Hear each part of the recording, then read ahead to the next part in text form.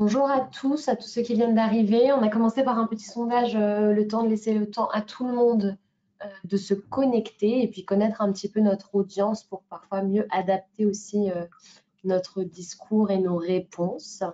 Je pense qu'on va arrêter le sondage et on va commencer pour ne pas prendre trop de retard.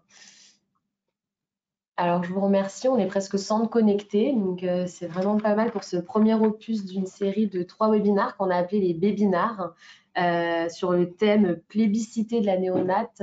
On avait fait des webinaires au mois de mars sur l'environnement et on vous avait demandé à la suite de ça, pendant les enquêtes de satisfaction, s'il y avait des thèmes que vous auriez aimé voir abordés. Et puis, la néonate était revenue dans pas mal de réponses et donc nous sommes nous avons pris en main le sujet et contacté différents intervenants pour essayer de balayer la thématique dans son ensemble. Et donc, pour ça, il fallait bien 3 rendez-vous. Donc, vous allez avoir 3 opus. Le premier va partir sur la généralité, un peu d'infectio pour connaître un peu déjà connaître les prématurés, les enfants concernés par la néonatologie et donc tout le risque infectieux qui leur est inhérent de par leur terrain, qui nous sera expliqué par le docteur Trommer pour commencer. Puis ensuite, vous aurez le docteur Fournier du siège de la PHP qui vous parlera globalement des précautions standards et complémentaires qui peuvent être assez particulières dans ces services et ces environnements. Et on finira par le docteur De Rouen qui nous fera un retour d'expérience sur une épidémie où pas mal de choses ont posé problème et étaient assez spécifiques à ce service. Il va y avoir possibilité de poser des questions, bien sûr. Donc, vous avez un endroit spécifique pour poser des questions. Donc, nous vous demandons de poser les questions dans l'encart à questions et pas dans le chat. Et nous allons faire une modération pour, à la fin de chaque intervention, pouvoir faire remonter vos questions aux différents intervenants. Si vous voulez poser des questions à l'oral, nous vous demandons de lever la main et on va essayer de vous faire poser les questions à l'oral si vous voulez. Et il y aura donc un temps à la fin de chaque intervention et puis un temps plus global à la fin du webinaire pour répondre aux questions. Et puis s'il y a vraiment des questions qu'on n'a pas le temps de traiter, nous essaierons de vous fournir les réponses a posteriori en réponse dans une FAQ. Voilà, je vais demander à tout le monde de couper sa vidéo, sauf Marion, qui va être la modératrice de la session, Marion Lecuru, et qui va faire la petite présentation avant.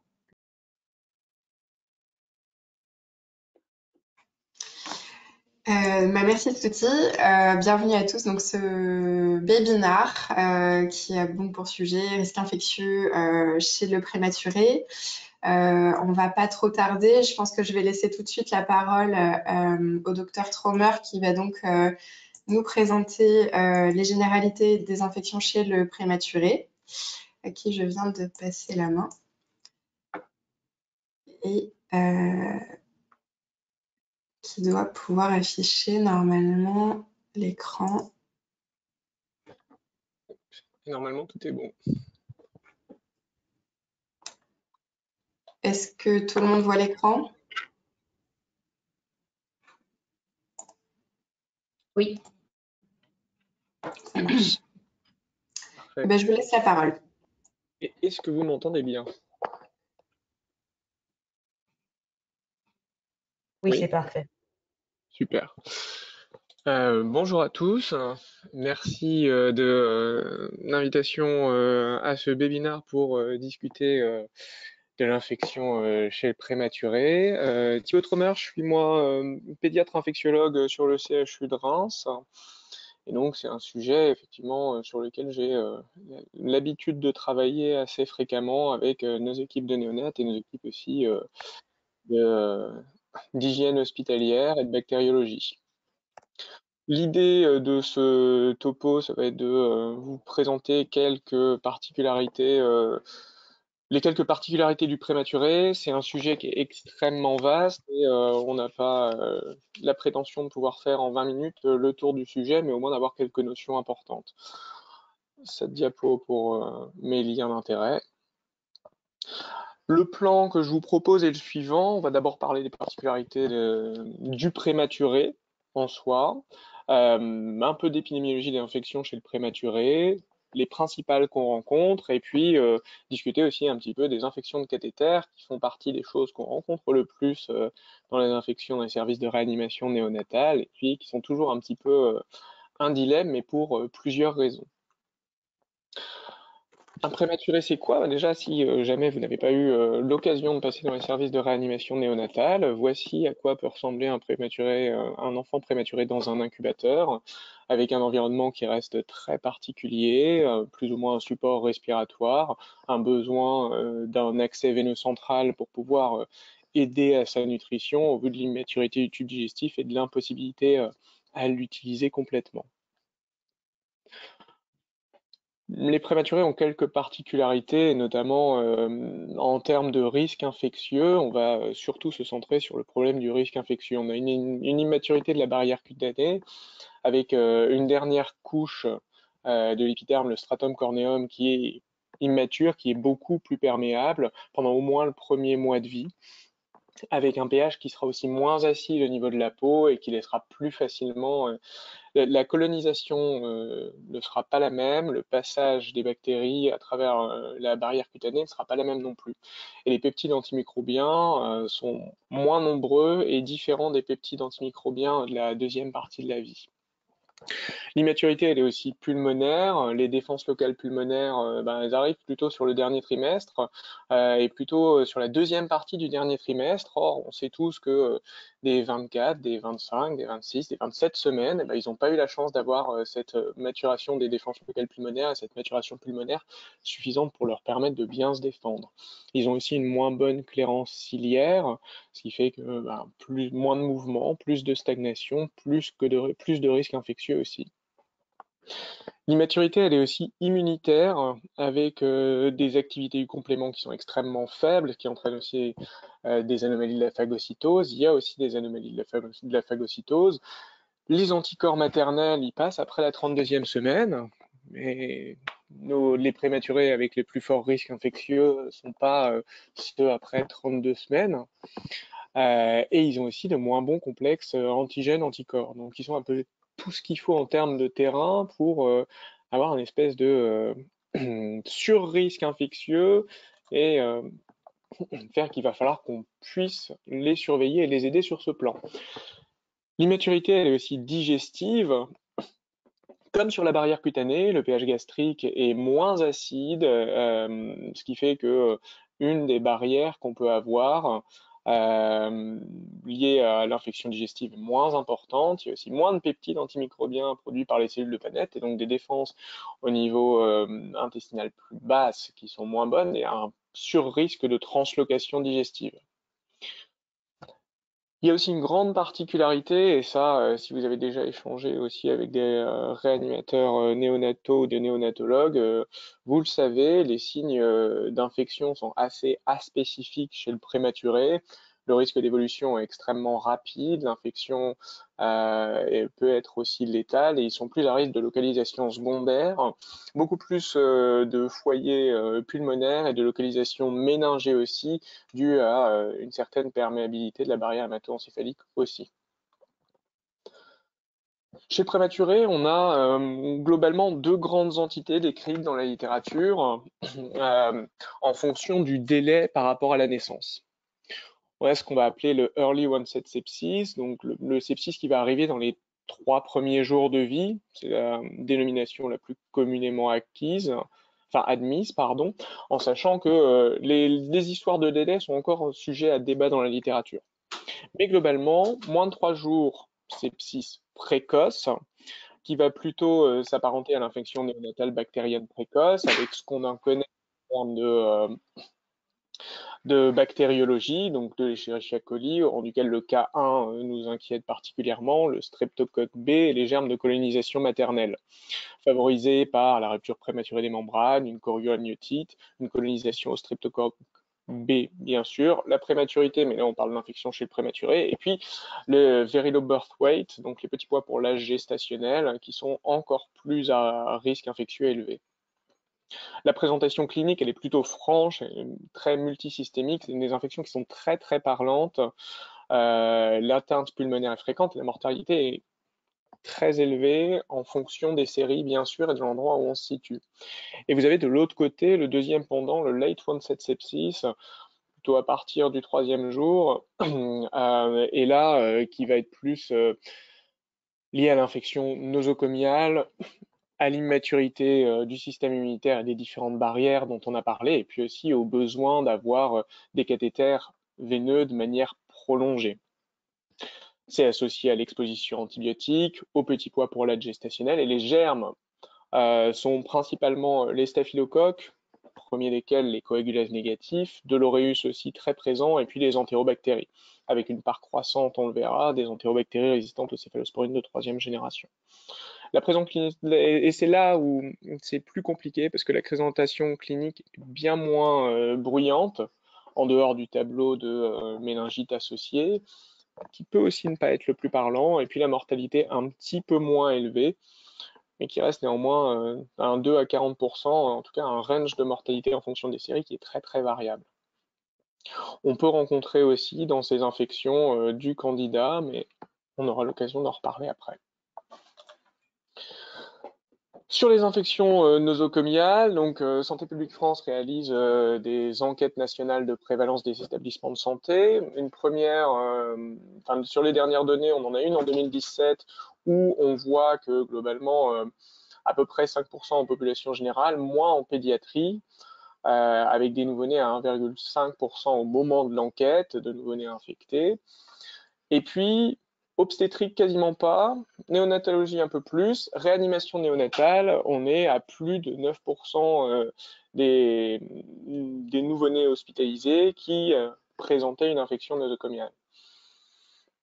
Une deuxième enquête a été réalisée en 2022. On a actuellement des résultats préliminaires, mais on n'a pas de données pour les nouveau-nés.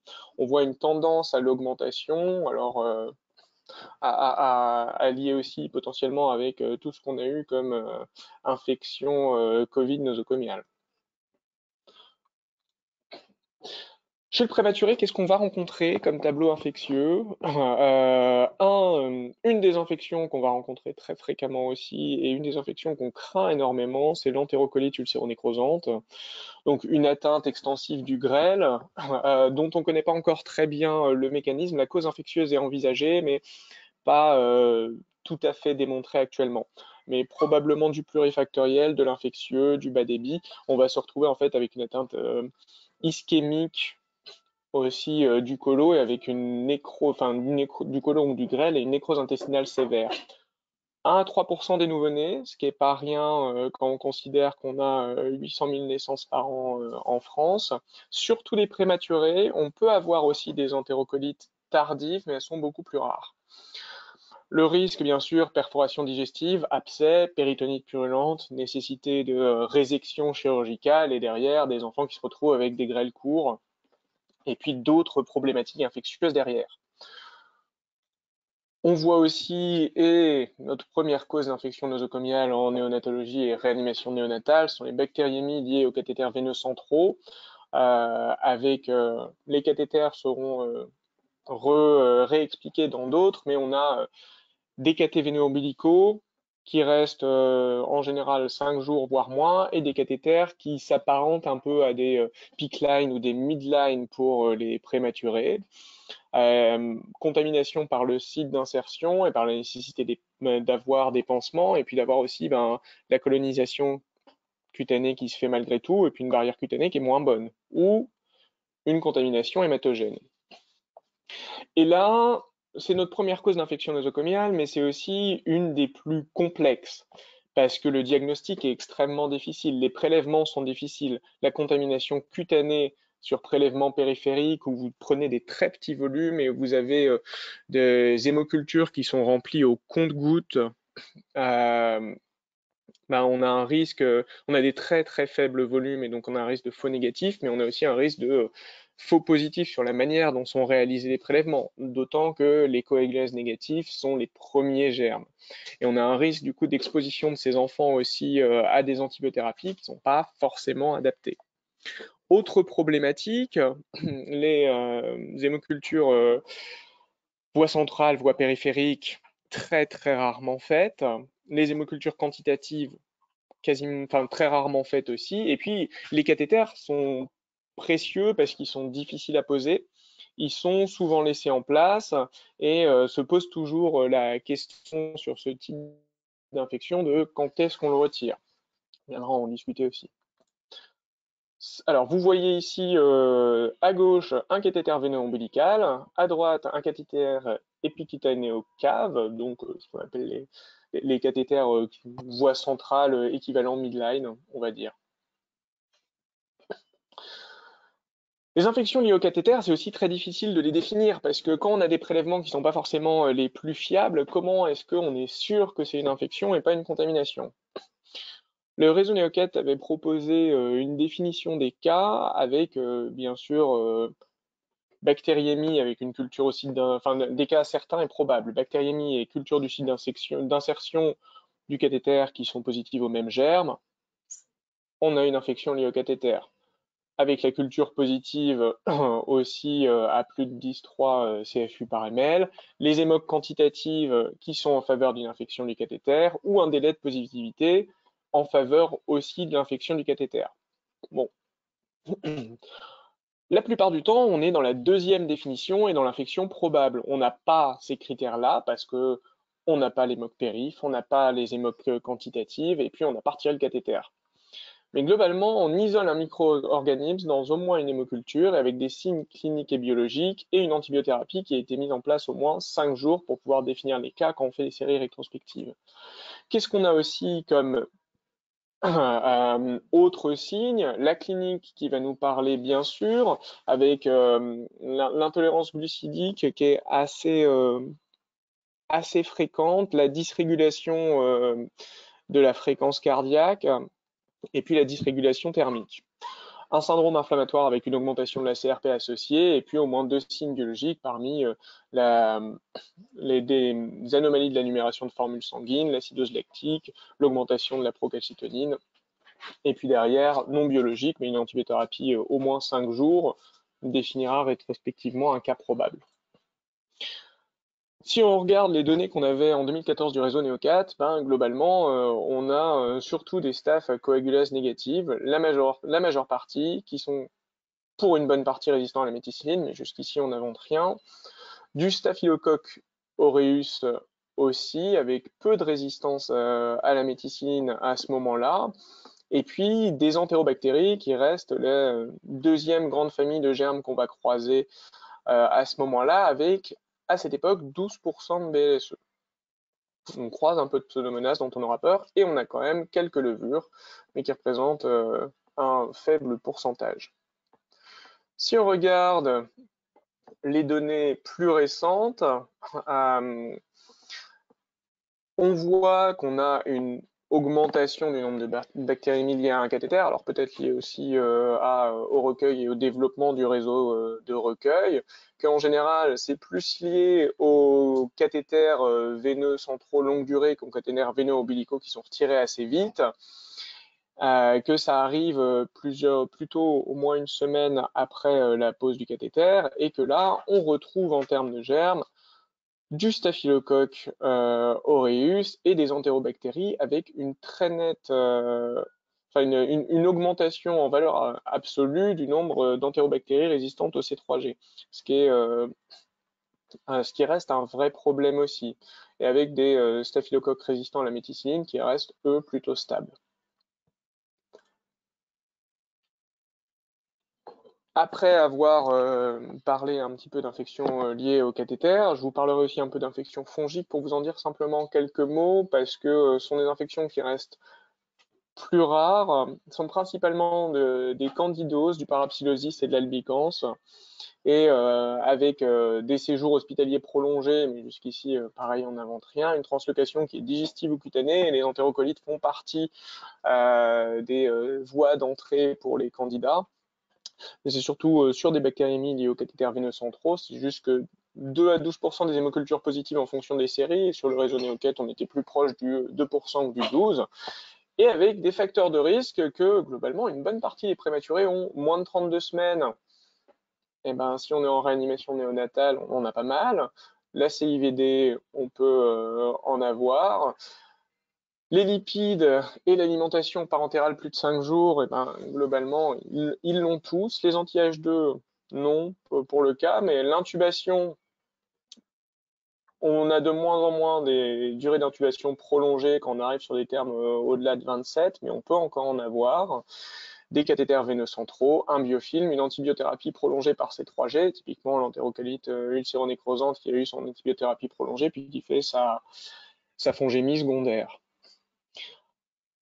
La mortalité est élevée, les localisations multiples sont extrêmement fréquentes, notamment la candidurie, et c'est là où on vous appelle, où on fait des cartographies fongiques, où on va aller chercher des prélèvements dans tous les sens pour essayer de mettre en évidence cette infection fongique. Et puis, on va potentiellement aussi céder de plus en plus des marqueurs. Alors, ce travail de Cohen et de son équipe dans CMI en 2020 qui montrait que quand méta-analyse de l'utilisation des bêta-diglucanes chez les nouveau-nés, que globalement, en utilisant des bêta-diglucanes avec un seuil au-delà de 120 picogrammes par ml, on avait des résultats qui étaient plutôt bons et qui permettaient de nous aider dans la stratégie diagnostique de ces infections. Et puis, on avait dit qu'on parlerait aussi de retrait de cathéter. Et le cathéter, quand est-ce qu'on le retire?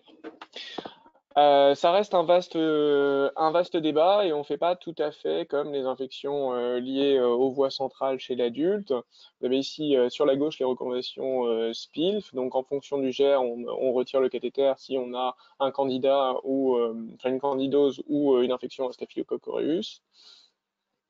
Et à droite, vous avez les recommandations en néonatologie, donc candidose, pseudomonas et la majeure partie des entérobactéries, il y aura un retrait plutôt systématique. Le Staphylococcus aureus, ça dépendra des centres, des pratiques et de la préciosité du cathéter, de la difficulté qu'il y a eu à le poser initialement. Et puis, devant une bactériémie persistante qui semble liée à la voie centrale, un changement de traitement sera potentiellement essayé avant de réaliser un changement de cathéter, en fonction de ce dont on a besoin de ce cathéter. Voilà. C'est fini pour moi. Je vous remercie de votre attention et puis je suis disponible si vous avez des questions. Merci beaucoup Thibaut pour cette présentation très claire, bien synthétique, donc qui a bien tenu le délai. On a donc deux petites questions pour vous. Donc on a vu que les prématurés, donc c'était vraiment une population effectivement très à risque d'infection. On le voit dans les données de l'ENP où on retrouve vraiment un pourcentage beaucoup plus élevé que dans les autres populations chez les nouveau-nés. C'est aussi un diagnostic qui n'est pas évident, effectivement, pour toutes les raisons que vous avez évoquées. On a une question par rapport à la différenciation d'une infection materno-fétale précoce d'une infection associée aux soins. En cas d'infection à Escherichia coli, si l'infection survient entre 72 et 96 heures de vie.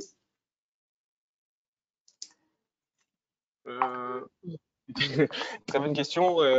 Si on survient entre 72 et 96 heures, alors ça va juste être une question de définition, de définition de cas et la littérature n'a pas tout à fait tranché sur le délai 72 heures. J'ai pris moi en référence le 72 heures parce que il fallait trancher pour la présentation, mais il y a encore débat sur le délai sur lequel on parlera de early ou de late onset sepsis et la zone entre 3 et 5 jours reste floue. Oui. Et il sera, à moins de trouver le même germe chez l'enfant et chez la mère, si on le trouve que chez l'enfant et qu'on est après 3 jours, il sera difficile d'assurer avec certitude que c'est une infection néonatale bactérienne précoce liée à une colonisation par la mère. Très bien. On peut aussi éventuellement, ça c'est plus pour nous peut-être aussi regarder si un autre enfant a la même souche bactérienne dans le service. Ça pourrait être un point et aussi de repère.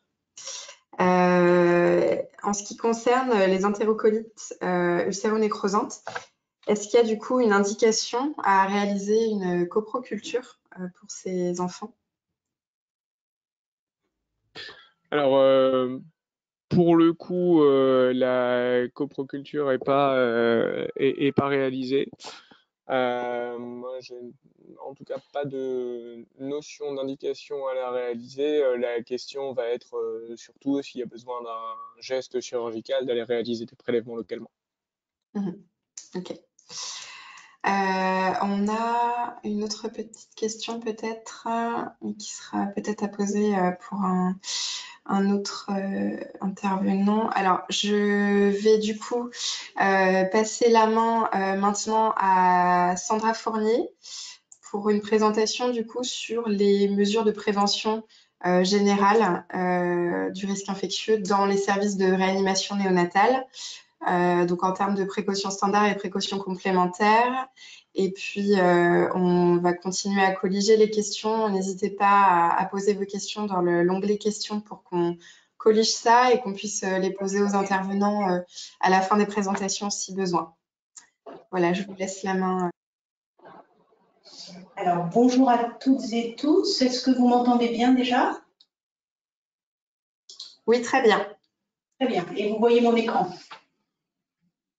Oui, c'est parfait. Oui, merci. Aussi. Ok, très bien, merci beaucoup.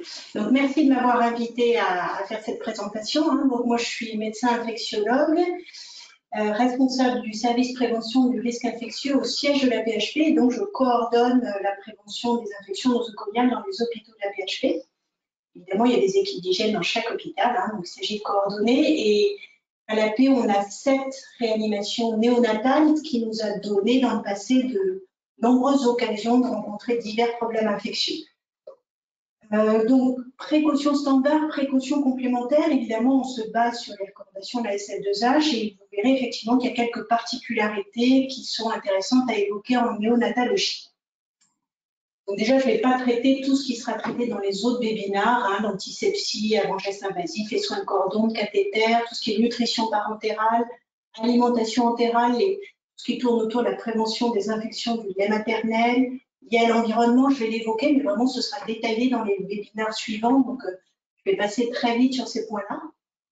Je vais passer vite aussi sur les premières diapos que j'avais prévues parce que Thibaut Trommer l'a déjà très bien détaillé.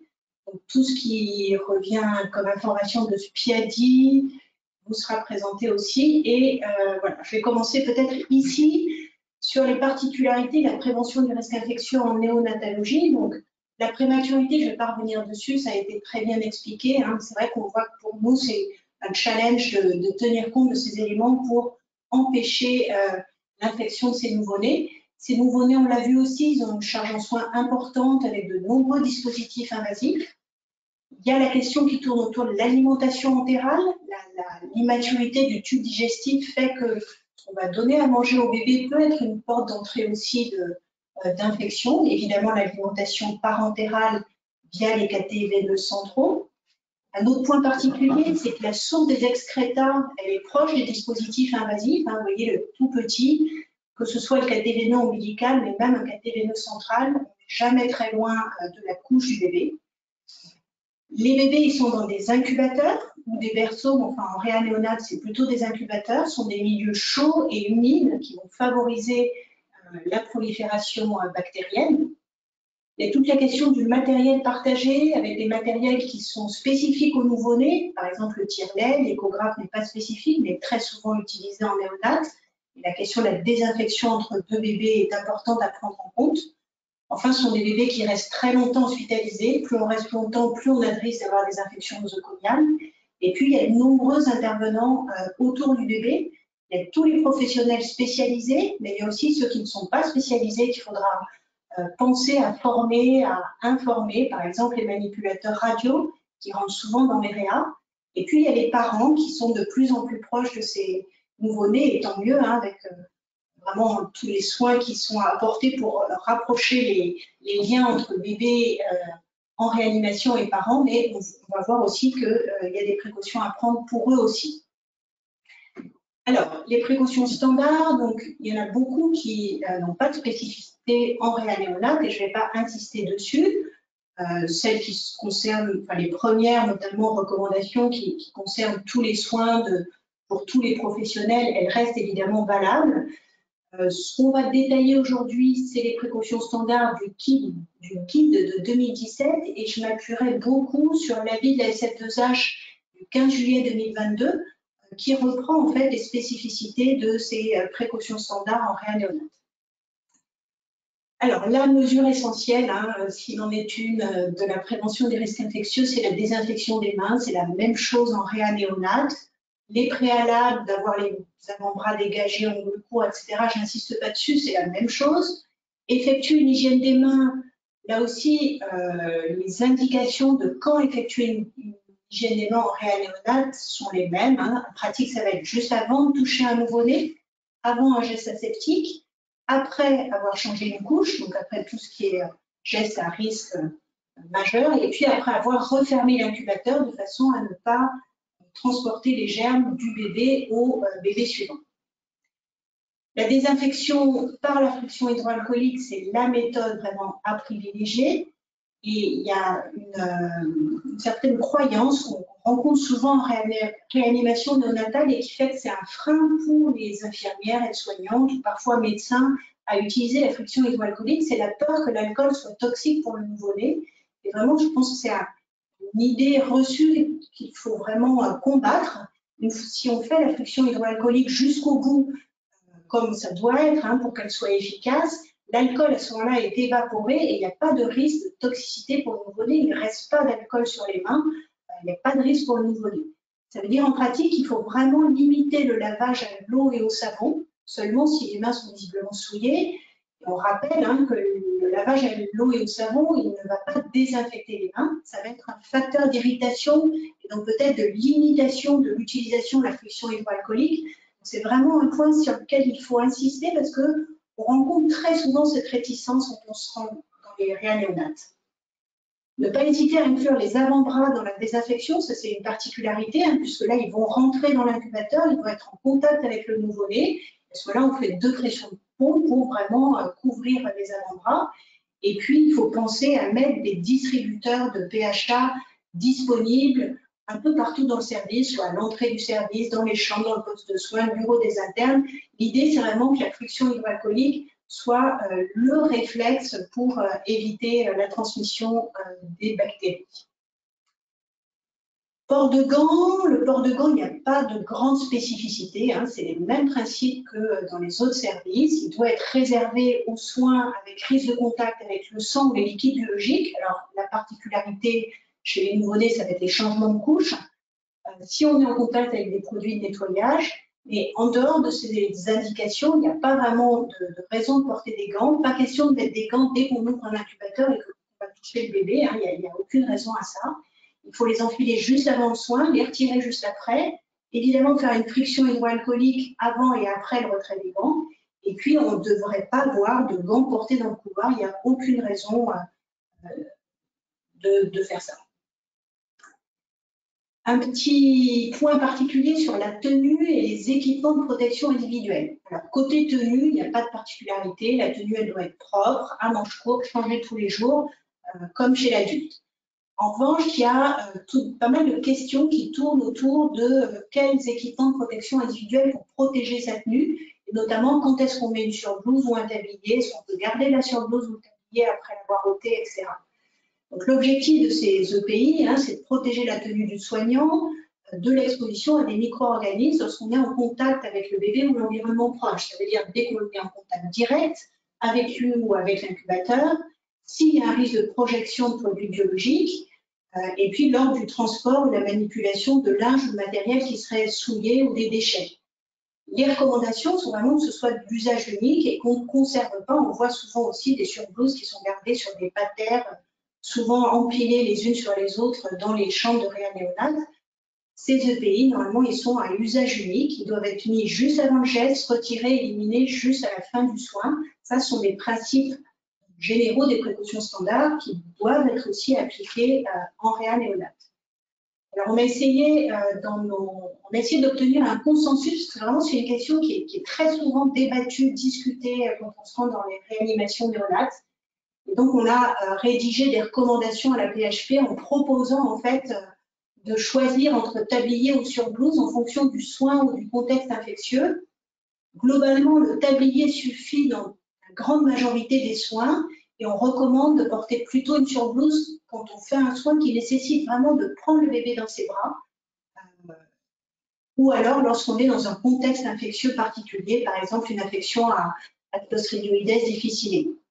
S'il y a un soin mouillant, on peut toujours mettre un tablier sur une surblouse, éventuellement une surblouse imperméable, mais il n'y a pas vraiment de raison d'en avoir à part ça. Et puis, l'objectif, c'est de ne pas sortir avec le tablier ou la surblouse en dehors de la chambre. Dès que le soin est terminé, on les jette. Et donc, ça veut dire aussi qu'il faut penser à anticiper le matériel nécessaire à un soin. Alors, il y a des alternatives qui sont souvent demandées, notamment d'utiliser des surblouses en tissu à manches courtes, parce que c'est plus confortable. Alors, si on respecte les règles des recommandations standards, elles devraient être changées entre deux soins. Et ça veut dire d'avoir un stock très important de surblouses, un lieu de stockage, et puis un traitement en blanche-visserie pour qu'on soit sûr qu'elles soient traitées comme il le faut à la bonne température et surtout séchées à la bonne température. Après, certains demandent d'avoir l'utilisation de surblouses en tissu à manches courtes qui seraient conservées sur une patelle, changées une fois par équipe, dès qu'elles sont soudées et traitées ensuite en blanchisserie centralisée. Là aussi, ça a des avantages en termes de confort, de développement durable. Mais ce n'est pas recommandé parce que c'est très difficile de vraiment bien positionner la surblouse plutôt, et d'être sûr qu'il n'y a pas eu de surblouse posée aussi dessus. Et donc, ce n'est pas quelque chose qu'on recommande. Les parents, on recommande qu'ils soient en tenue de vie. Il n'y a pas de raison qu'ils aient systématiquement un tablier ou une surblouse. En revanche, on leur demande d'avoir une tenue propre avec des manches courtes remontées au-dessus du coude de façon à ce qu'ils puissent aussi faire une flexion hydroalcoolique. Pour ce qui concerne la protection du visage ou l'hygiène respiratoire, il n'y a pas de particularité en réanéonate. Ce qu'on peut dire pour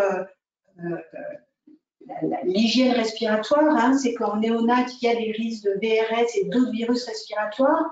Un virus qui peut être responsable d'un rhume sans gravité chez un professionnel, il peut avoir des conséquences très graves chez un nouveau-né. Donc vraiment, l'idée de porter un masque chirurgical pour tout professionnel qui a des symptômes d'infection respiratoire, quelle que soit la période de l'année, ça c'est vraiment quelque chose qu'il faut rabâcher. Et puis, vous savez que la SF2H a recommandé le 14 novembre 2023, en période d'épidémie hivernale, de porter un masque en continu dans les services de soins. Et je pense que ça doit être appliqué dans les réanéonates. Ça, c'est la recommandation de la SF2H, je passe dessus.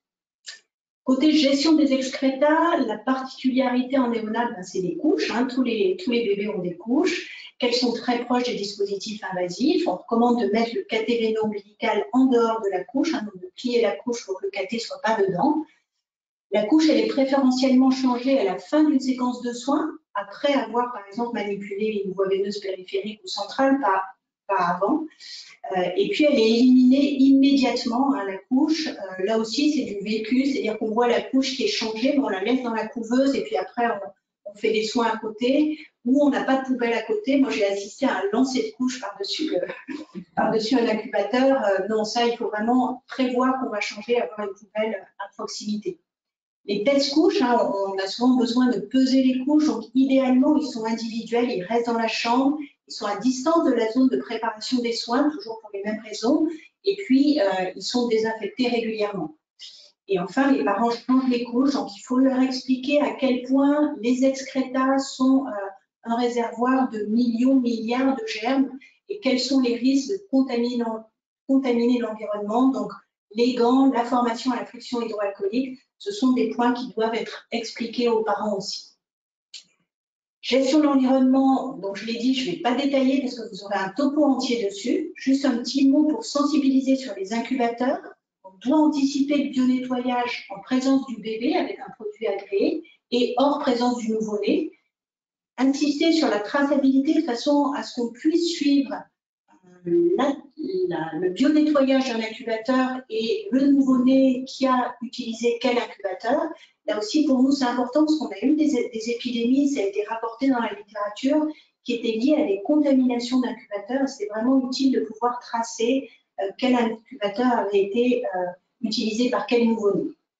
Tout le matériel partagé, je l'ai déjà dit, hein, il faut penser à le bio-nettoyer très régulièrement et entre 2 patients. Le linge, les accessoires textiles, là aussi, c'est une des particularités des néonates. Il y a souvent des machines à laver locales qui sont utilisées pour le petit linge. Et en fait, ça, c'est un vrai risque parce qu'on n'est jamais sûr de la température qui va être obtenue dans ces machines à laver qui n'ont pas de maintenance spécifique, hein, comme un DM. Et puis surtout, on n'a pas de température de séchage suffisante. Et le séchage, c'est vraiment un élément primordial pour éviter la multiplication des bactéries, notamment le Bacillus cereus. Hein, il y a eu plusieurs cas d'infection à Bacillus qui étaient rapportés à du linge contaminé. Donc, c'est vraiment un point sur lequel il faut être très attentif. Et puis, l'absence de table dans les points d'eau, c'est vrai en néonat comme c'est vrai ailleurs.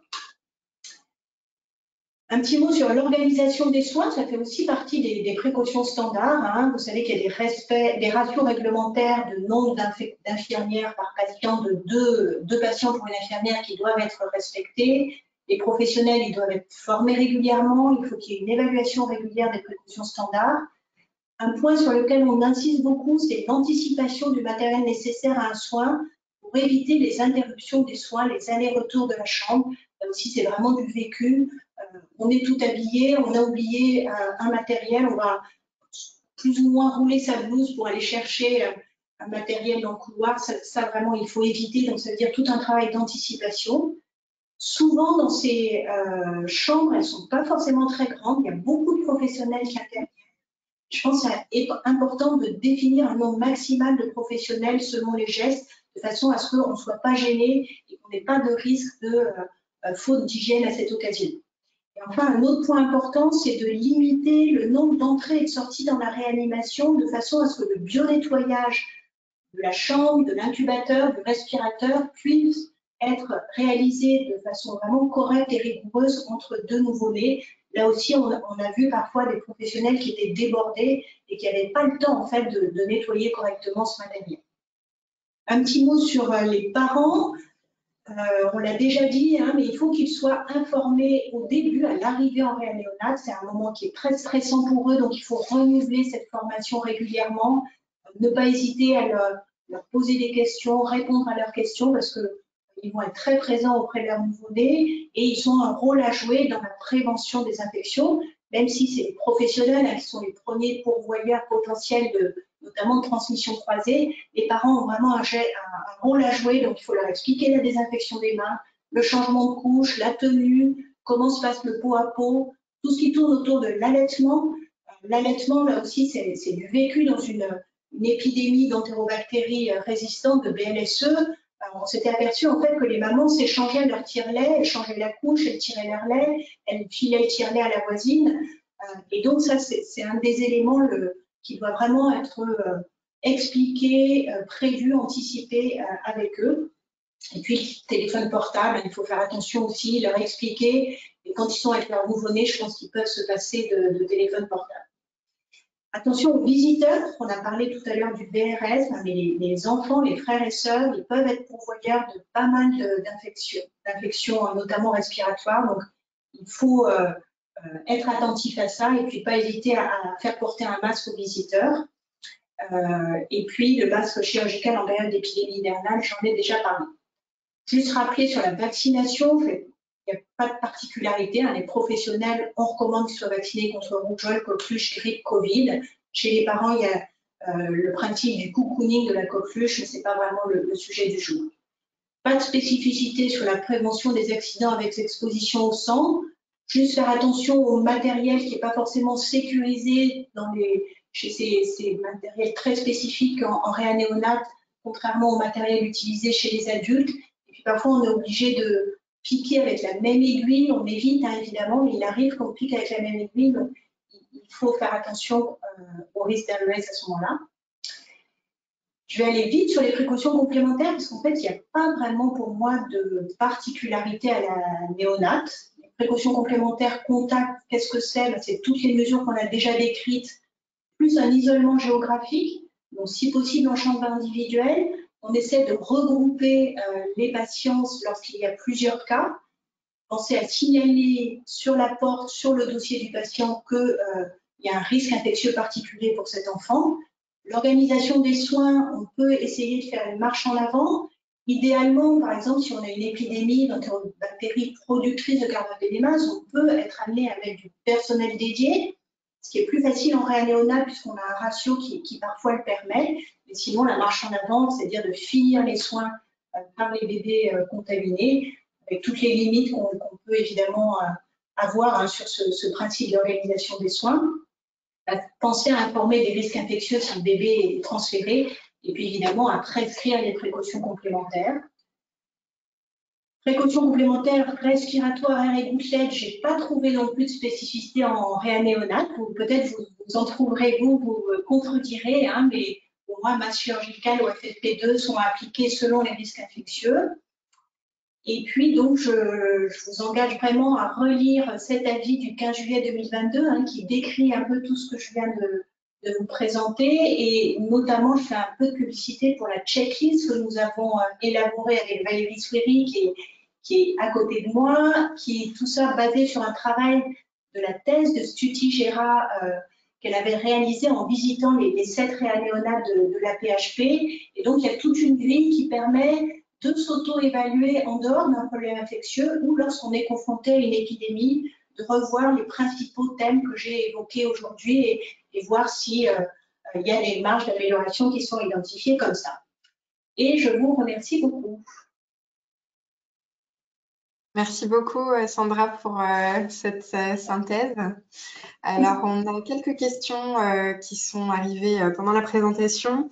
On a vu donc que le rôle des parents était assez important en termes de maîtrise du risque infectieux, donc au-delà des soignants, on va dire, pour les prématurés.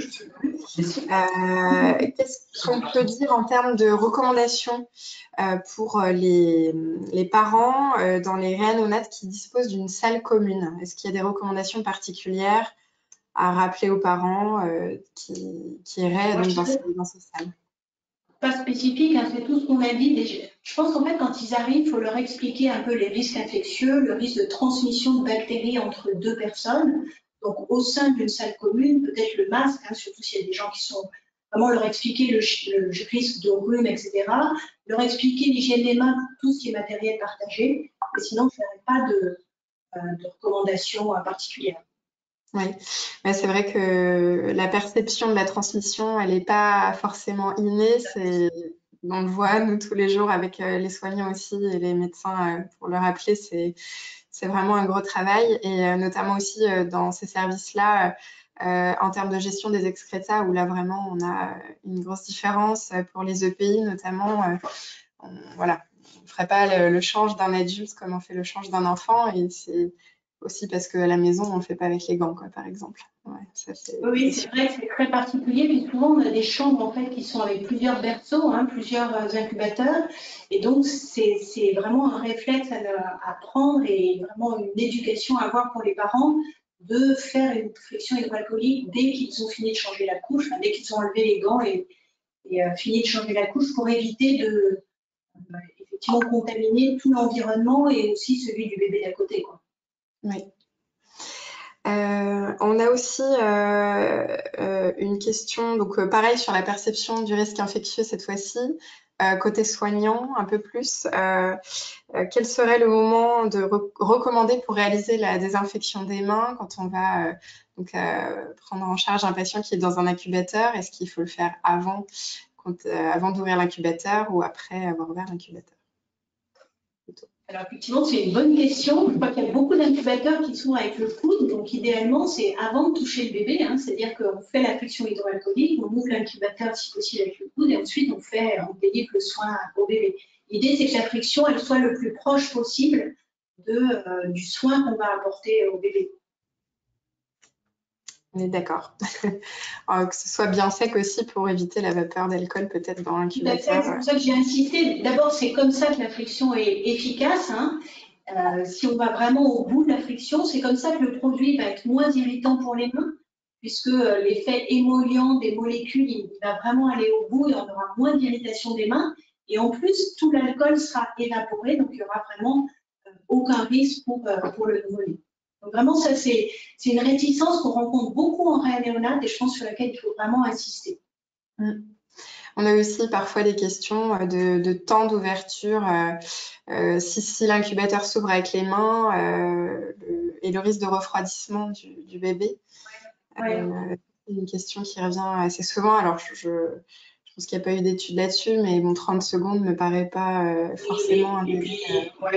Je pense que effectivement, je pense que c'est une fausse question, quoi, hein. Je pense que le risque infectieux qui est porté, et puis de toute façon, le soin parfois il dure longtemps, c'est pas les quelques secondes de la friction qui vont vraiment changer quelque chose, je pense. C'est ça, on est d'accord. Il y a une question sur les céphalosporinases déréprimées. Est-ce qu'elles justifient la mise en place des PCC en néonatologie précisément? Alors, je dirais oui. Alors, vous savez, dans les recommandations de précaution complémentaire comptable de 2013, je crois, il était dit que c'était spécifique effectivement à la réanéonate. C'est vrai qu'habituellement, les entérobactéries qui produisent des céphalosporinases, on ne les isole pas. En réanéonate, c'est vraiment un germe qui est extrêmement fréquemment rencontré, très souvent à l'origine d'infections. Pourquoi? Parce qu'il y a beaucoup de céphalosporines qui sont utilisées dans les premiers jours de vie. On l'a vu avec la présentation tout à l'heure. Et nous, on a eu vraiment de nombreuses épidémies enterobactères cloaquées, par exemple, résistants au C3G par céphalosporinase déréprimée. Donc, je pense que, après, ça dépend du contexte, hein, mais je pense que ça vaut vraiment le coup d'être hyper attentionné dans l'application des précautions standards. Et on a vu en fait que les complémentaires, elles n'apportent pas grand-chose de plus, si ce n'est de mettre en chambre individuelle et peut-être de attirer l'attention sur le fait que l'enfant est porteur d'un germe. Mais finalement, dans les mesures au quotidien sur la friction hydroalcoolique, la gestion des excrétas, le bio-nettoyage, tout ça, c'est la même chose entre précautions standards et complémentaires. Donc, pour moi, les précautions complémentaires contact, elles vont être là pour attirer l'attention sur le fait que, attention, il faut être encore plus rigoureux que rigoureux sur l'application des mesures. Encore plus vigilant, oui. Alors, je vais laisser la parole donc à Véronique de Rouen qui va nous présenter donc un REX d'une épidémie en réanimation néonatale qui était liée donc à un défaut de mise en place des précautions standards. Donc, je vous laisse la parole, Véronique. Il faudrait juste bien activer votre micro, qui est activé. Et donc, je vous laisse la parole. Bonjour, vous m'entendez? Oui, c'est très bien. Et on voit aussi la présentation. Merci. Écoutez, merci beaucoup de m'avoir invité à présenter un retour d'expérience sur les épidémies en réanimation néonatale. Je m'appelle Véronique de Rouen. Je travaille à l'assistance publique et je n'ai pas de lien d'intérêt. J'ai choisi de vous présenter des situations d'épidémies à entérobactéries parce que dans ma propre expérience, ce sont des épidémies qui avaient beaucoup de conséquences en tant que nombre de cas et sur la durée. Alors, mon diaporama. Alors, les services de réanimation concernés. Alors, cette présentation, elle synthétise 2 épidémies à entérobactéries que j'ai rencontrées avant 2002, donc avant d'avoir cette formidable synthèse dont on a parlé tout à l'heure sur la gestion des épidémies rédigée par la SF2H. C'était dans des établissements de la PHP ou pas, donc du public qui n'était pas à PHP, et toujours, et c'est important de le noter, des réanimations néonatales accueillant des enfants prématurissimes. Toutes les réanimations néonatales n'ont pas des grands prématurés de 500 grammes, 25 semaines d'aménorrhée. Il y a d'autres types de réanimations néonatales. Ces 2 épidémies étaient conséquentes, je vous l'ai dit, en nombre de porteurs, on dit nombre de cas, et sur leur durée. Et qu'est-ce que je dirais sur ces dernières années où j'ai rencontré ces épidémies? C'est que, pour ma part, j'ai l'impression que la charge de travail des équipes augmente encore parce qu'il y a beaucoup de lits de réanimation néonatale en Île-de-France qui ont fermé. Donc, on a plus de turnover. C'est bien difficile d'appliquer les règles, les précautions d'hygiène standards quand on a beaucoup de sortants et immédiatement des entrants dans ce type de service. Bien entendu, on en parlait, les avis SF2H récents sont très aidants.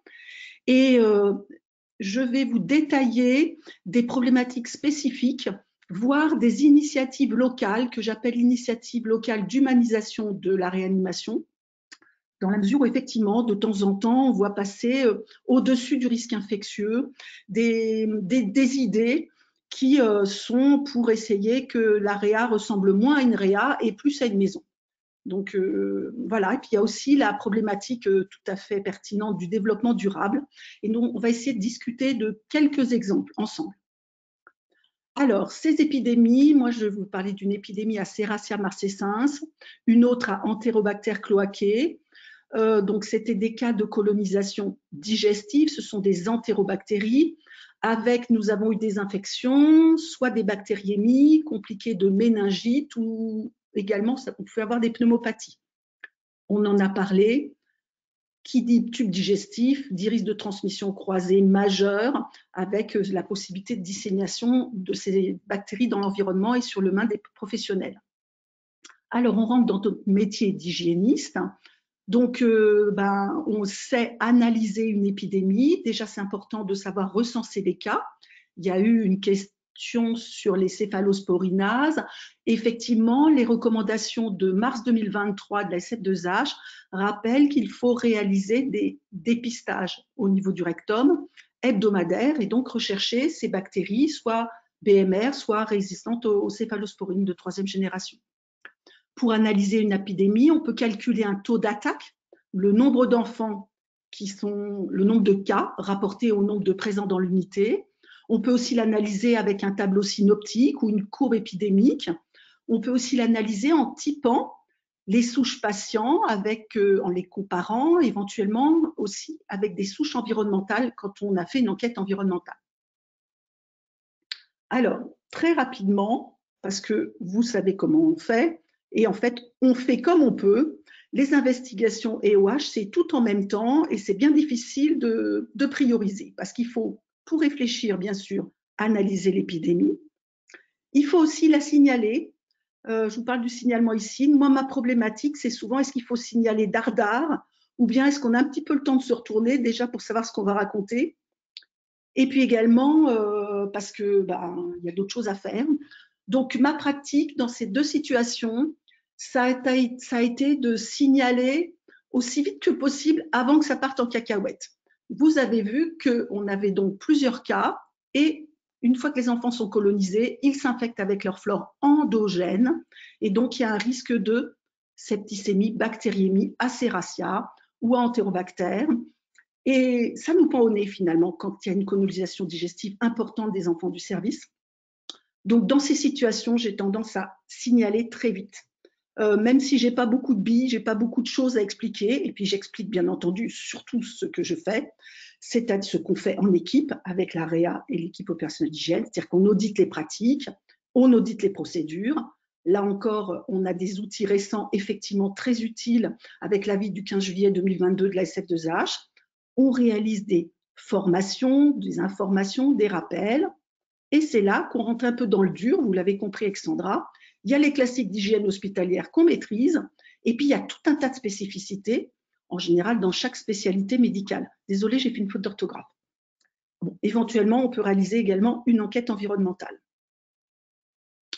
Alors, ce tableau, très rapidement, alors là, c'est le tableau synoptique, un extrait du tableau synoptique, le début d'une épidémie qui a duré 5 mois, avec au total 37 cas, 37 porteurs, avec 12 infections. Et là, c'est pour vous dire que, c'est pour vous illustrer qu'on n'a pas tellement le temps de se retourner. Vous voyez que le premier cas est repéré à Gien. Ah oui, sur la gauche, donc c'est les 11 cas. Et puis, sur le haut, c'est les jours, donc de Gien à J30 sur un mois. Si vous regardez à J7, en fait, on a à peine le temps de se retourner, à peine le temps de dire, tiens, on va regarder un peu ce qu'il en est des dépistages, qu'on a déjà à J7, après le premier cas, 9 enfants qui sont colonisés. 9 enfants qui sont colonisés et dans cette situation-là, dans plusieurs unités séparées, dans l'unité bleue et dans l'unité orange. Ça complexifie largement la situation, vous le savez, pour la sectorisation, pour le personnel dédié. Juste sur ce tableau, vous constatez aussi qu'au bout d'une semaine, on a, pas tout à fait une semaine, mais oui, presque à âge 17, on commence à avoir une bactériémie. Et avant, on a un enfant qui est décédé avec un sepsis hémoculture négatif, mais il était porteur depuis quelques jours. Je dirais qu'avec ce tableau, ça vous illustre la complexité de la gestion, surtout avec des épidémies qui ont un taux d'attaque élevé. Là, je ne vous ai pas calculé le taux d'attaque, mais vous voyez dès la première semaine, on avait 9 enfants sur une réanimation. Bah, évidemment, ça dépend s'il y a 10, 12, 15, 30 enfants, mais on calcule comme ça le taux. Alors, on y va. La présentation suivante, elle va vous montrer 6 problématiques spécifiques de réanimation néonatale. Ça complète la présentation de Sandra. Présentation des précautions standards et des précautions complémentaires. Mais en même temps, sur le terrain, on va voir que ce sont toujours des situations à gérer au cas par cas. Je ne vous parlerai pas spécifiquement, bien entendu, d'hygiène des mains et de la qualité du bio-nettoyage, qui sont toujours primordiales. Là, je rentre dans le détail. Alors déjà, parlons réanimation néonatale. Donc, l'AREA, ça va être des cocons, des coussins à billes, du jersey, des incubateurs, des caches-couveuses, des draps fleuris, des pieuvres, des doudous, des nourettes, des chauds biberons, des pesées de la couche. Vous voyez, tout ça, c'est un langage fleuri, c'est tout mignon, mais dans le fond, c'est de l'AREA. Alors, on commence par la pesée de la couche. La problématique des couches, alors Sandra en a beaucoup parlé. Alors déjà, moi, ce que je vous dirais, parce que je fais les extrêmes de la vie, je travaille en réanimation néonatale et en gériatrie. Je vous garantis que la préhension est complètement différente pour le risque de dissémination d'entérobactéries entre une couche souillée par un petit bébé versus la gestion d'une protection en gériatrie. Alors, la protection en gériatrie, là, tout le monde a le tablier, les gants. Là, c'est pas si évident que ça de faire porter des gants et des gants lorsqu'on fait un change pour un bébé, surtout si c'est juste un petit pipi. Et pourtant, ça présente le même risque de transmission croisée qu'en gériatrie. Et donc, il faut insister sur des choses qui sont pour nous nos basiques. Bien sûr, le port des gants dans ses indications, les frictions hydroalcooliques. Tout ça pour vous dire que, également pour l'étape de pesée de la couche, je vous encourage, face à une épidémie, à aller observer un change. Et rien qu'avec votre bon sens, déjà, vous aurez éventuellement des pistes d'amélioration à apporter. Alors, j'ai 6 problématiques, on passe à la deuxième. Sandra vous a parlé du risque de refroidissement du bébé. Bon, il est géré le risque de refroidissement du bébé. On le met dans un incubateur. Effectivement, ce sont, ou une couveuse si vous préférez. Ce sont des conditions propices à la multiplication bactérienne et donc au risque de transmission. Derrière, je vous suggère l'importance du bio-nettoyage de l'incubateur et puis aussi du changement du linge qu'il y a dans l'incubateur et le changement des vêtements de l'enfant, etc., etc. Alors, pour rentrer un peu dans les subtilités, parce que c'est des problématiques que j'ai rencontrées, je vous encourage à aller observer le préchauffage et éventuellement l'équipement de l'incubateur qu'on prépare avant l'arrivée d'un enfant. Eh bien, en général, comment ça se passe en réa? Il y a un coup de téléphone et puis on nous dit, il y a en salle de naissance des quadruplés, ils vont accoucher a priori dans la journée, ou bien il va y avoir un transfert d'un établissement de province. Et puis, l'enfant, il peut arriver, allez, on va dire 1 heure après, comme il peut arriver 8-10 heures après, voire ne pas arriver du tout parce qu'il s'est dégradé et finalement, on ne peut pas le transporter. Donc, quid de cet incubateur qu'on a mis en chauffe et qui ne chauffe pas instantanément à 37 degrés, voire pour lequel on a déjà mis l'humidité en route, ce qui n'est peut-être pas forcément une bonne idée, dans lequel on a déjà mis le drap, tout le matériel qui est là, bien au chaud. Évidemment, derrière se cache la problématique de à quel moment, finalement, on le refait partir, même s'il est vide, au bio-nettoyage. J'espère que je me fais comprendre. Dans le même ordre d'idée, toujours une problématique autour du refroidissement des bébés, la méthode de chauffage de l'eau utilisée pour la toilette du bébé, autrement dit le change. Là, vous avez à droite une photo d'une initiative locale pour laquelle on a demandé un changement de pratique, c'est-à-dire qu'on avait dans le poste de soins, à l'endroit où, c'est peut-être pas l'endroit où on a les mains le plus propre dans le poste de soins, on devrait, on détachait individuellement chaque pipette d'eau stérile qu'on mettait à chauffer dans un chauffe-biberon pas forcément nettoyer quotidiennement, et en tous les cas, c'est complexe à nettoyer. Et puis, l'infirmière, quand elle allait faire son soin, elle allait chercher ses pipettes qu'elle mettait dans l'incubateur de l'enfant. Donc, est-ce qu'il fallait modifier cette façon de chauffer l'eau pour le change? Très probablement. Dans un premier temps, on leur demandait de désinfecter les pipettes avant de les mettre, les pipettes d'eau, de les mettre dans l'incubateur. Mais à terme, on a préféré qu'elle dépose les pipettes à l'intérieur de l'incubateur 1 heure avant le change, ou bien carrément d'aller chercher de l'eau chaude du réseau, équipée ou pas d'un filtre. Ça dépend de l'âge de l'enfant. Mais voilà, ça, c'était une initiative locale qu'on a fait évoluer parce que ça présentait un risque biologique. Une autre problématique, alors du bio-nettoyage, je ne vais pas insister, 2 exemples, parce que c'est une vraie problématique là. En fait, il n'y a pas de place, il n'y a pas de place de stockage dans les réanimations. Quand elles sont construites, on pense que c'est des tout petits bébés. Ah bah oui, ils ne sont pas grands quand ils naissent. Et on s'imagine qu'autour, il va y avoir un petit matériel. Mais non, pas du tout. Rien que l'incubateur, il est énorme. Ce n'est pas le lit d'un patient de réa, mais c'est énorme. Donc, on a un encombrement des services avec une gêne à l'entretien. Et je vous encourage à aller observer la préparation des cocons, l'habillage des coussins à billes. Alors, je vous ai mis un exemple. C'est une espèce de boudin, un peu comme votre édredon à vous, bien sûr plus étroit. Et puis, il fait plus d'1 mètre. Il faut le bien nettoyer régulièrement, et en tous les cas entre 2 enfants, évidemment. Et puis ensuite, il faut l'habiller d'un jersey usage unique, un peu comme vous mettez la tête de votre édredon. Seulement ça, ce jersey, il faut le changer tous les jours. Donc, inutile de vous dire qu'il faut quand même que dans la chambre de l'enfant, on ait un espace propre sur lequel on peut déballer ce cocon. Puis c'est une sacrée technique de l'habiller. Je ne sais pas comment vous débrouillez avec votre tête d'édredon, mais ce n'est pas simple. Donc, c'est des choses à observer parce qu'il y a un risque de contamination du cocon et donc de transmission croisée.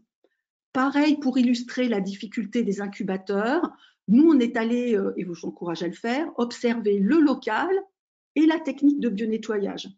Alors, c'est un matériel qui est démonté pour les nettoyer. Et alors, ensuite, ça donne plusieurs pièces. C'est une sorte de Lego, mais avec des pièces énormes. Il y a le capot, il y a les portes. Alors, on les nettoie une par une, puis après, on les fait sécher dans ce local. Alors, en général, il y en a 1 ou 2 qui sont lavés en même temps. Et puis, pour peu qu'il y ait un autre sortant, il y a un 3e qui arrive. C'est bien difficile d'organiser le circuit propre-salle dans ce local. Alors, mes très chers, vous ne pourrez pas pousser les murs, mais il va falloir quand même faire un effort. Parfois, on va devoir repenser l'organisation pour l'aménagement de ce local. Alors, encore quelques exemples. La problématique du linge. Alors, Sandra, là encore, a parlé des recommandations. Il y a des recommandations. Bien sûr, je ne vais pas vous parler du drap hospitalier entretenu en blanchisserie centrale qui, lui, a la propreté microbiologique attendue, que nous attendons tous. Je vais vous parler du petit linge entretenu dans les services. Ça me fait d'emblée sourire parce que ça fait le petit linge, c'est tout mignon, mais ce n'est pas toujours petit. On peut se retrouver comme ça avec des couvertures, des caches-couveuses qui sont quand même assez conséquents. Alors, c'est les draps personnalisés avec des petites fleurs, c'est avec les pyjamas des enfants quand les parents n'amènent pas de vêtements, les doudous, et puis la pieuvre. Alors, ça, c'est une problématique, enfin, ce n'est pas une problématique, mais c'est quelque chose qui a émergé il y a une dizaine d'années, ça vient de l'étranger. C'est très important, la pieuvre, c'est quelque chose qui apaise l'enfant, c'est quelque chose qui l'attire, il y a un souci de préhension fine. Voilà, maintenant, c'est tricoté à la maison ou crocheté à la maison. Et puis, c'est pas fourni, c'est pas un dispositif médical qui est fourni avec la feuille de bio-nettoyage. Donc, allez-y, à vous de la rédiger. Effectivement, va falloir la rédiger. S'il y a une machine à laver linge et une machine à sécher linge dans ce service. Et on a des surprises quand on regarde le programme de lavage, le programme de séchage. Bon, en général, c'est le plus chaud possible, mais il vaut mieux quand même leur dire, même si ça risque d'abîmer le linge. Et pour nous, la problématique que nous avons rencontrée, c'était surtout la limite de remplissage du tambour. Alors évidemment, le linge n'est pas pesé avant d'être mis dans ces machines, c'est comme à la maison. Et puis, quand il y a beaucoup de sortants, on a tendance à se dire qu'on va bourrer la machine. Enfin, on essaye de ne pas le faire à la maison, on essaye de ne pas le faire au bureau. Enfin, donc, la limite de remplissage, ce n'est pas évident. Parce que si vous mettez trop de linge dans une machine, elle n'est pas lavée au cœur. Et puis, je vous garantis que ce n'est pas 60 degrés au cœur. Et puis, le séchage, si on bourre trop sa machine à sécher, on lance le séchage et ensuite, le linge, il n'est pas séché au cœur. Et quand je vous parle de lavage et séchage, je parle de microbiologie, de côté bactéricide, virucide. Bref, privilégier le linge entretenu en blanchisserie centrale. Et puis, s'il y a quand même du petit linge, travailler avec eux sur les procédures. Et pour aller plus loin, moi, ça me fait sourire parce que j'en vois dans tous les services de pédiatrie.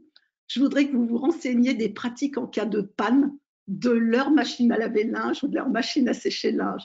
Et je vous garantis que si vous regardez derrière les portes, vous allez trouver un étendoir comme ça. Et évidemment que l'étendoir comme ça qu'on a à la maison, c'est parfait pour sécher le linge, mais par contre, pour le côté propreté microbiologique, on est très éloigné de ce qui est attendu dans une réanimation néonatale, même dans une pédiatrie d'ailleurs. J'ai presque fini. La problématique de l'alimentation entérale, les laits. Donc Sandra, vous en avez parlé, par exemple, il y a des mamans qui tirent leur lait à l'hôpital avec le tire-lait du service, donc bien sûr faire attention à ce tire-lait. Nous, je vous dis, auparavant, je connaissais les contenants classiques, c'est-à-dire ce qu'on appelle les nourettes. Il y a une photo de nourette ou les seringues de lait. Maintenant, il y a une nouveauté, c'est les biberons réutilisables. Effectivement, à la maison, on n'utilise pas des biberons stériles. À partir de quel âge et finalement, quelle est l'opportunité dans les services même de réanimation néonatale? Probablement pas autour du grand préma, mais est-ce qu'il faut des biberons stériles ou des biberons avec une propreté bactériologiquement maîtrisée? C'est des problématiques qui se posent quand on nous propose de mettre en place dans le service des biberons réutilisables. Alors, c'est la même problématique que linge, hein. Enfin, faire attention au matériel, aux procédures, etc. Et c'est l'occasion de vous glisser que dans vos établissements, je vous encourage à participer aux réunions de développement durable. Il y a plein de bonnes idées, mais il faut que quand même on fasse entendre la voix de l'hygiène hospitalière. Ensuite, alors, vous avez tous vu comment on distribuait les plateaux repas à l'hôpital, comment étaient acheminés les chariots avec les surveillances de température, etc. À l'hôpital, les seringues de lait et les biberons apportés par les mamans, c'est conservé dans un réfrigérateur et ensuite c'est apporté dans la chambre de l'enfant.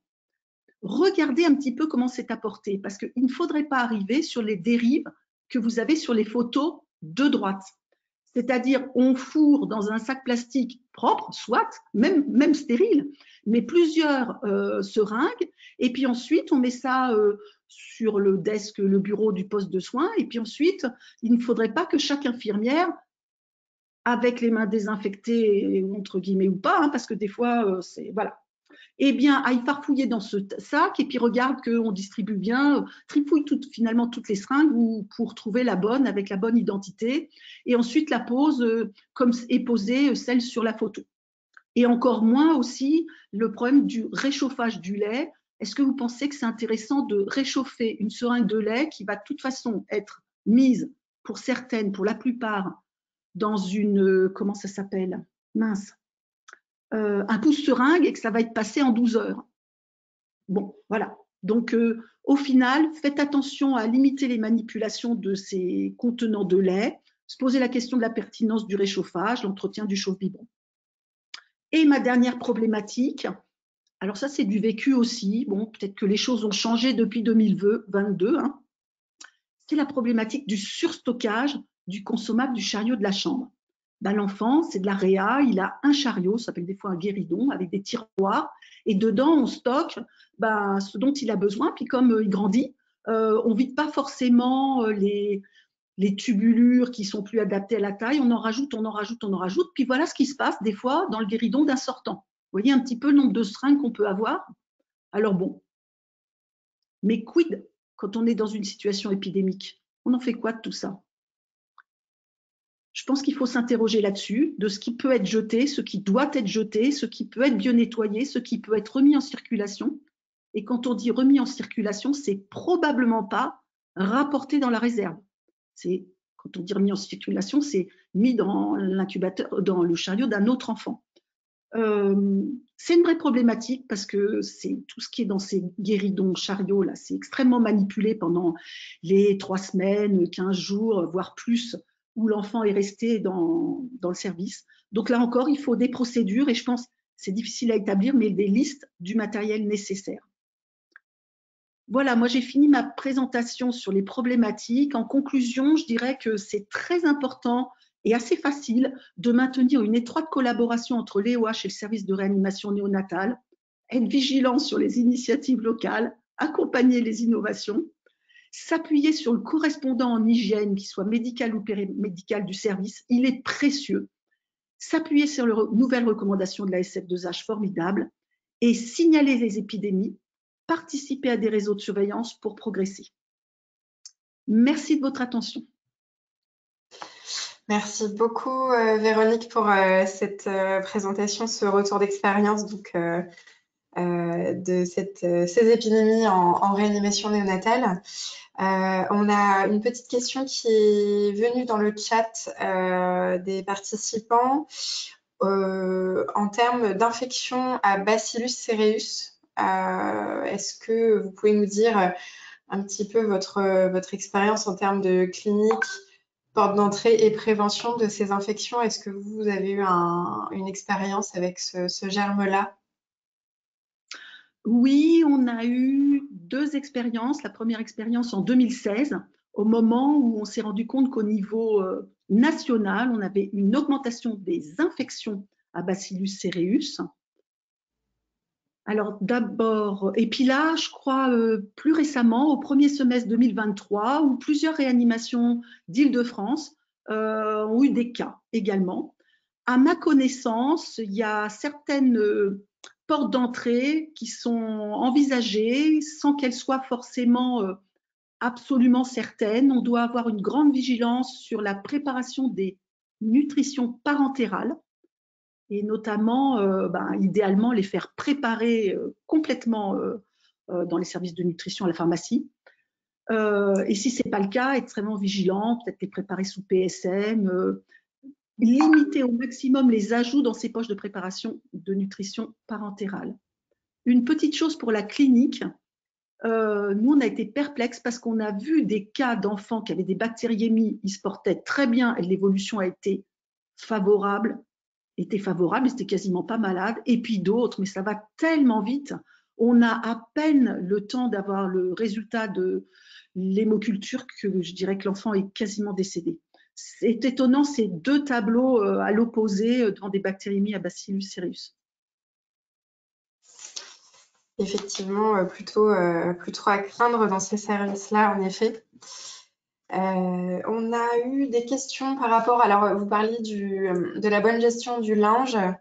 Est-ce qu'on peut, alors je pose la question peut-être aussi aux autres participants, à Véronique ou Sandra notamment, en termes de recommandations pour la température de lavage et de séchage du linge, est-ce qu'on peut déterminer une température à mettre dans les procédures notamment? Nous, on a eu tendance à demander de mettre le programme au choix supérieur à 60 degrés, supérieur ou égal à 60 degrés, tout en étant conscient de 2 problématiques. La première problématique, c'est que si on met trop de choses dans le tambour de la machine, à l'intérieur de la machine, on n'atteindra pas cette température. Et l'autre problématique, c'est que ça dégrade certains petits linges. Bien sûr, pas les doudous, etc. Mais je ne sais pas ce que ça donne quand on passe les pieuvres à 70 degrés. Il faut faire attention que quand ça se dégrade, ça va faire des peluches, vous voyez, ça va faire des petits fils qui peuvent présenter d'autres risques que le risque infectieux. Je ne sais pas si Sandra a d'autres... Non, sur la température, je suis d'accord sur le au moins 60 degrés, hein, la température requise pour laver le linge. Après, dans les blanchisseries, le séchage du linge, il est à ma connaissance à 180 degrés, c'est-à-dire vraiment très élevé, qui permet vraiment d'assurer une efficacité sur les différents micro-organismes. C'est pour ça que moi, je suis quand même très réticente sur l'utilisation des machines à laver au sein des réanéonates. Quand c'est le propre linge de l'enfant, autant que les parents le ramènent à la maison et le nettoient à forte température. Hein. Vraiment, je trouve que c'est une étape qu'on ne maîtrise pas. Il y a des épidémies qui ont été décrites avec une contamination des caoutchoucs dans les machines à laver. Enfin, franchement, à limiter au maximum. Quoi. Pardon, je pensais qu'il y avait quelqu'un qui souhaitait intervenir. Donc, plutôt à éviter autant que possible et en tous les cas, si c'est fait au-dessus de 60 degrés, dans tous les cas. Peut-être une question qui va aussi concerner les pédiatres. Thibaut, on parle donc en période hivernale d'élargissement du port du masque chirurgical pour tous les soignants et visiteurs. Concernant les parents qui donc rendent visite très régulièrement aux enfants qui parfois peuvent rester assez longtemps dans les chambres et par rapport au fait de voir la moitié d'un visage d'un parent masqué, est-ce qu'on peut préconiser le port de masque chirurgical systématiquement pour les parents ou est-ce qu'il y a quand même un intérêt à ce qu'ils aient le visage complètement découvert pour leurs enfants? Ouais, très bonne question. La question est débattue et pas vraiment tranchée. Je sais que nous, sur Reims, on les fait rentrer dans la réanimation néonatale avec masque systématique en période de circulation, enfin en période épidémique. Et puis derrière, une fois qu'ils sont avec leur enfant, s'ils sont asymptomatiques, on les autorise à le retirer au moment d'interaction avec l'enfant. Ok. Donc globalement plutôt un peu au cas par cas en effet. C'est ça. Alors, on a eu d'autres questions par rapport à la stimulation de la nutrition avec le doigt. Est-ce que c'est quelque chose qu'il faut proscrire? Est-ce qu'il faut porter des gants en systématique? Qu'est-ce qu'on peut en penser? Alors, là, je pense que le pédiatre répondra sur le critère proscrire ou pas la stimulation par mettre un doigt dans la bouche. Je pense que là, la question ne se pose pas. Hein, mais mettre des gants, bah oui, parce que les précautions standards en hygiène, c'est mettre des gants lorsqu'on touche une muqueuse. Tout à fait. Rien de plus à rajouter, d'accord. La stimulation et l'aide à la stimulation de l'oralité aussi bien par la stimulation au doigt et avec la seringue qui vient aider, elle est hyper importante pour favoriser, en tout cas éviter de favoriser les troubles de l'oralité chez l'enfant dans un second temps et chez les prématurés c'est d'autant plus important. Mais il ne faut pas oublier que oui, on a un risque infectieux. Donc, précaution complémentaire. Très bien. Alors, on repart sur la thématique parents et soignants et la grande question du téléphone portable. Peut-être Sandra, vous avez une expérience à nous rapporter par rapport à ça et quelles mesures un peu pratiques et simples on peut avoir à donner aux parents par rapport à la gestion du risque de transmission notamment.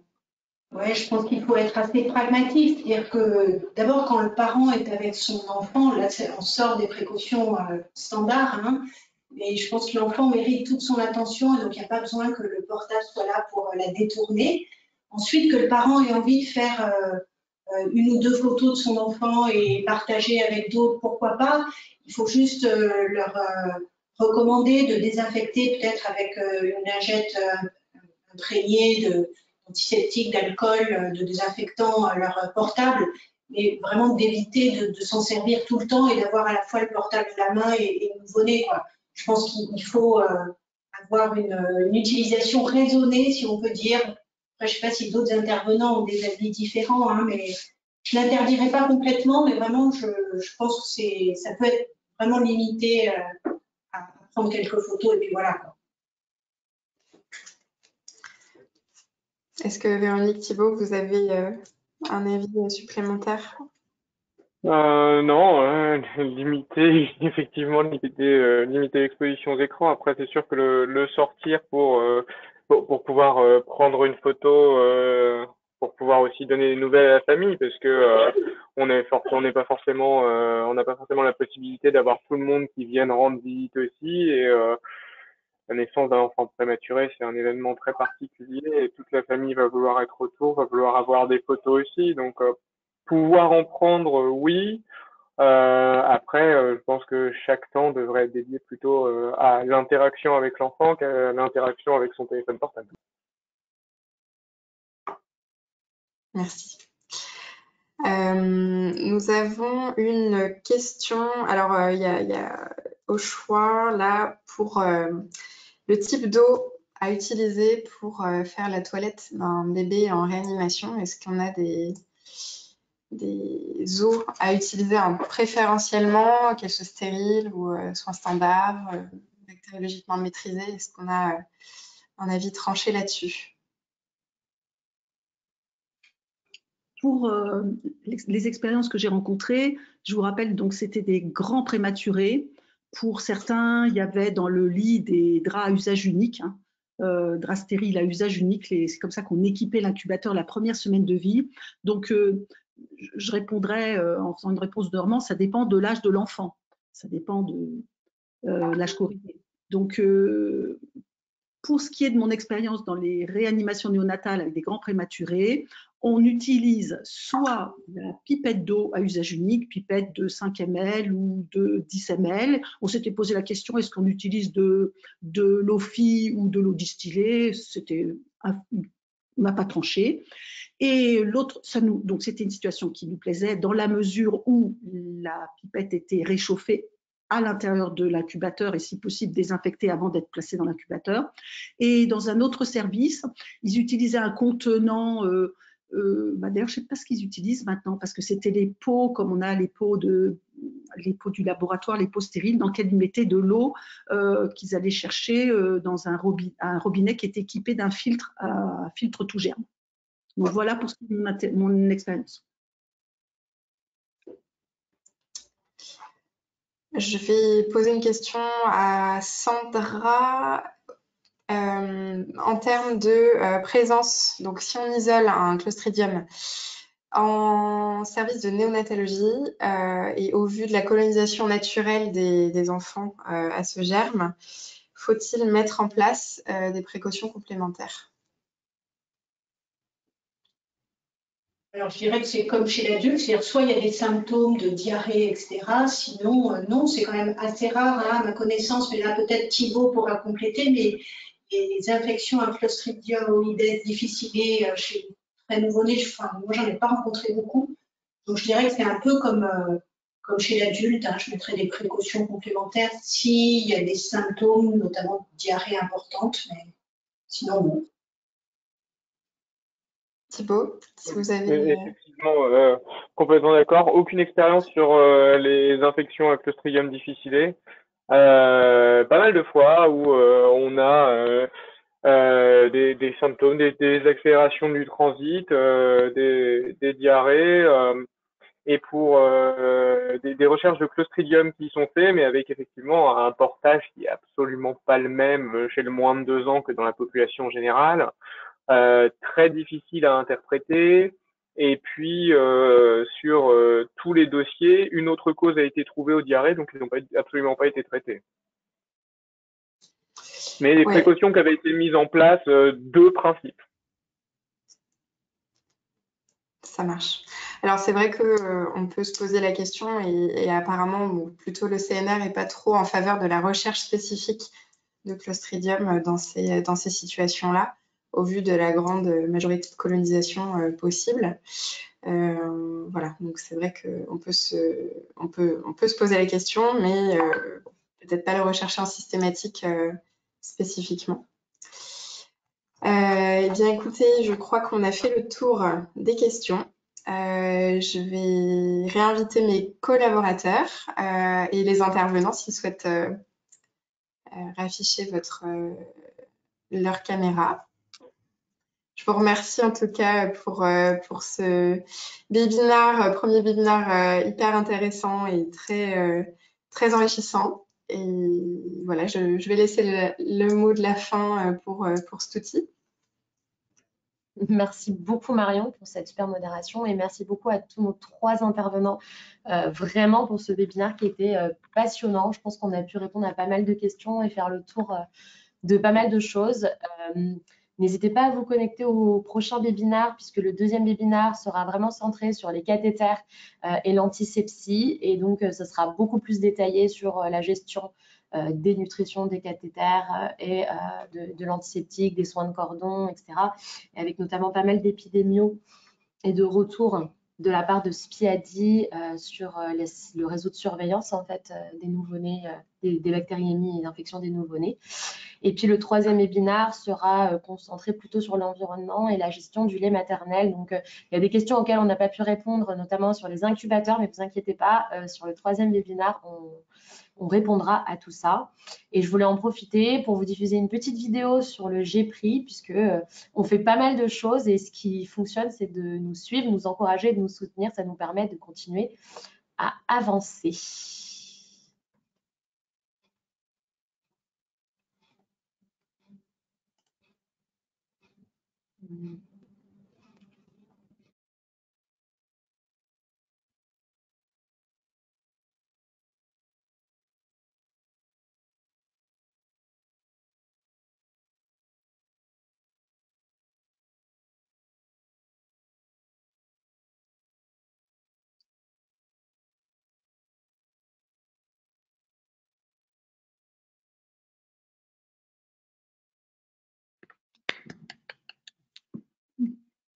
Voilà, merci beaucoup. On espère vous retrouver nombreux pour les prochains et encore un grand merci à nos intervenants pour ces présentations de qualité. Merci à tous, à bientôt. Merci, au revoir. Bon après-midi. Au revoir. Comment je... Laissez-moi sortir.